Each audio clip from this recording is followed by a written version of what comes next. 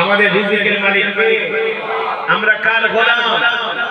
আরো জোরে বলতে হবে, আমরা কার গোলাম? আমরা এক আল্লাহর গোলাম, ঠিক কিনা বলেন? মুসলমান, আসমান কার? জমিন কার? কোরআনে আছে কি আছে না? কয়টা আসমান? কয়টা? 7টা। আল্লাহ তাআলা কোরআনুল কারীমের মধ্যে বলছেন, আল্লাযী খালাকা সাবআ সামাওয়াতিন তিবাকা।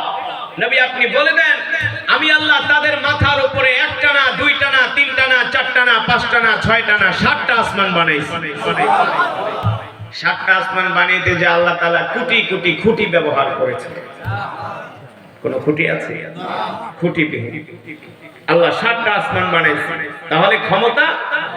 জোরে বলেন, আরো জোরে বলেন।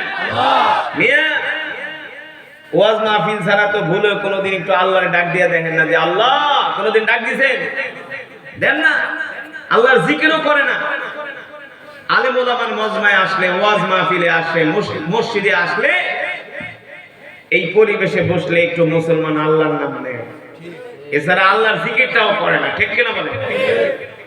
মুসলমান, এই যে আমি কোরআন পড়লাম, আল্লাহ তাআলার কোরআন, কেমন লাগছে? কোরআন কার? আল্লাহু আকবার।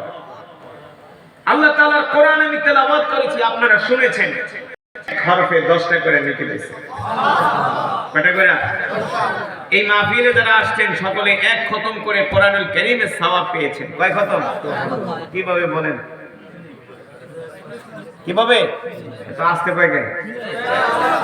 মাশাআল্লাহ। এই কারণে আমি বলছি আপনারা আমার সাথে, আপনারা না পারলেও সওয়াব পাইতেন। যেহেতু আমার সাথে সূরা ইখলাস পড়ছেন, আপনাদের একটু পড়ার কারণে একটু আবার রিহার্সাল হয়ে গেল, ঠিক না? সেই মাহফিলে যারা আসছেন সকলে এক খতম করে করে কোরআনুল কারীমের সওয়াব পেয়েছেন। আমরা আল্লাহ তাআলার কাছে দোয়া করি, আল্লাহ এই খতমে কোরআনের সওয়াব আমাদের মা বাবার কবরে পৌঁছায় দেন, আমাদের দাদা দাদির কবরে পৌঁছায় দেন, বলি আমিন। মুসলমান, বয়ান কি চলবে?